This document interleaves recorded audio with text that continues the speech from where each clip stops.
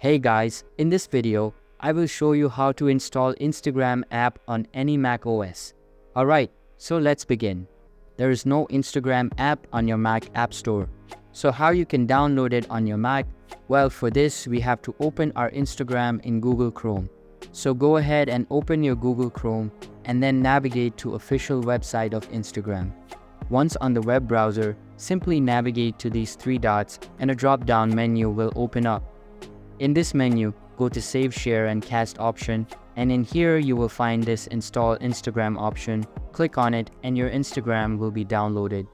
Now what you have to do is simply drag this Instagram app in your Mac dock, and that's it.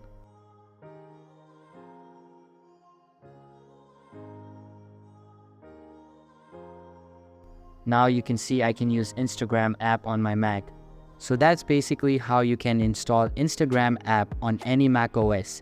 So that's all for this video. Consider subscribing if you find it helpful, and I'll catch you in the next one. Thanks.